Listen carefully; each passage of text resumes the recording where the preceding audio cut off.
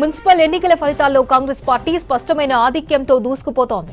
మొత్తం 116 మున్సిపాలిటీలు, 7 కార్పొరేషన్లలో ఓట్ల లెక్కింపులో ఇప్పటి వరకు కాంగ్రెస్ పార్టీ 68 చోట్ల విక్టరీ కొట్టింది. అటు 13 మున్సిపాలిటీలో విజయంతో రెండవ స్థానంలో ఉంది బీఆర్ఎస్. ఇక పట్టణ ప్రాంతాల్లో సత్తా చాటుతామన్న బీజేపీకి తీవ్ర నిరాశ ఎదురైంది. కేవలం ఒక్క మున్సిపాలిటీలోనే విజయం సాధించింది బీజేపీ. అటు 7 కార్పొరేషన్లలో 5 చోట్ల హస్తం అభ్యర్థులు లీడ్లో ఉన్నారు. మహబూబ్ నగర్ నుంచి మరిన్ని అప్డేట్స్ బాలకృష్ణ అందిస్తారు. బాలకృష్ణ, కార్పొరేషన్ తో పాటు 21 మున్సిపాలిటీకి సంబంధించినటువంటి రిజల్ట్స్ లో కాంగ్రెస్ పార్టీకి ఆధిక్యం కనిపిస్తుంది. పూర్తి స్థాయిలో ఇప్పటికే వచ్చినటువంటి రిజల్ట్స్ లో చాలా ప్రాంతాల్లో కాంగ్రెస్ పార్టీ మున్సిపల్ పీఠాలని కైవసం చేసుకుంది. సో మొదటగా మాబ్నార్ కార్పొరేషన్ గురించి ప్రస్తావిస్తే ఇప్పటి వరకు వచ్చినటువంటి రిజల్ట్స్ లో అంటే ఇప్పటి వరకు 30కి సంబంధించినటువంటి డివిజన్ల కౌంటింగ్ పూర్తయింది. అందులో ఇప్పటి వరకు వెలువడినటువంటి రిజల్ట్స్ ప్రకారం మనకు 1వ డివిజన్ లో కాంగ్రెస్ పార్టీ అభ్యర్థి నెగ్యా నాయక్ విజయం సాధించారు. ఇక 5వ డివిజన్ లో కాంగ్రెస్ పార్టీ అభ్యర్థి లలితా భానుచందర్ 665 ఓట్ల తేడాతోటి విజయం సాధించారు. ఇక 6వ డివిజన్ లో రామస్వామి 242 ఓట్లు.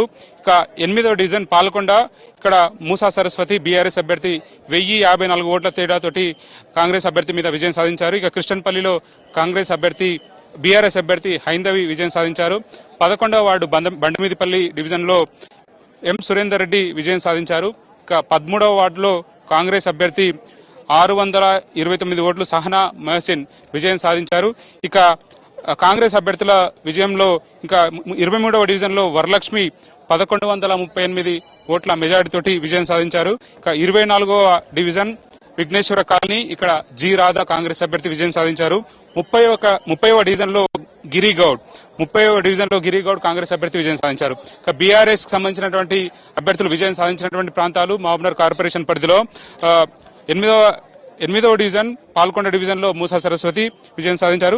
ఇక బీజేపీ సంబంధించినటువంటి అభ్యర్థులు గెలిచినటువంటి ప్రాంతాలు 21వ డివిజన్ సంతోష్, అట్లాగే 22వ డివిజన్ మర్రి జ్యోతి, 25వ డివిజన్ పాండురంగారెడ్డి, అట్లాగే ఇండిపెండెంట్ 7వ డివిజన్ లో ఇండిపెండెంట్ అభ్యర్థి జ్యోతి విజయం సాధించారు. ఇక మిగతా మున్సిపాలిటీలకు సంబంధించి కనుక పరిశీలిస్తే మిగతా మున్సిపాలిటీలో భూత్పూర్ లో మొత్తం 10 వార్డులు ఉంటే అందులో కాంగ్రెస్ పార్టీ 7 స్థానాలను 7 వార్డుల్లో విజయం సాధించింది. ఇక బీఆర్ఎస్ 1 స్థానంలో విజయం సాధించింది. బీజేపీ 2 చోట్ల విజయం సాధించింది.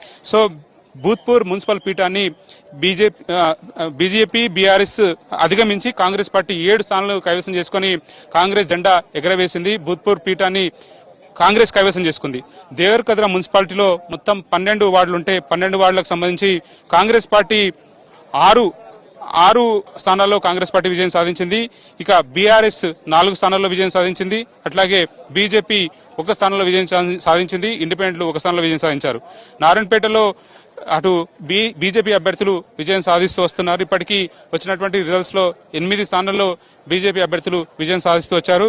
ఇక మక్తల్లో మొత్తంగా 16 మున్సిపల్ వార్డులు ఉంటే అందులో 12 చోట్ల కాంగ్రెస్ అభ్యర్థులు విజయం సాధించారు.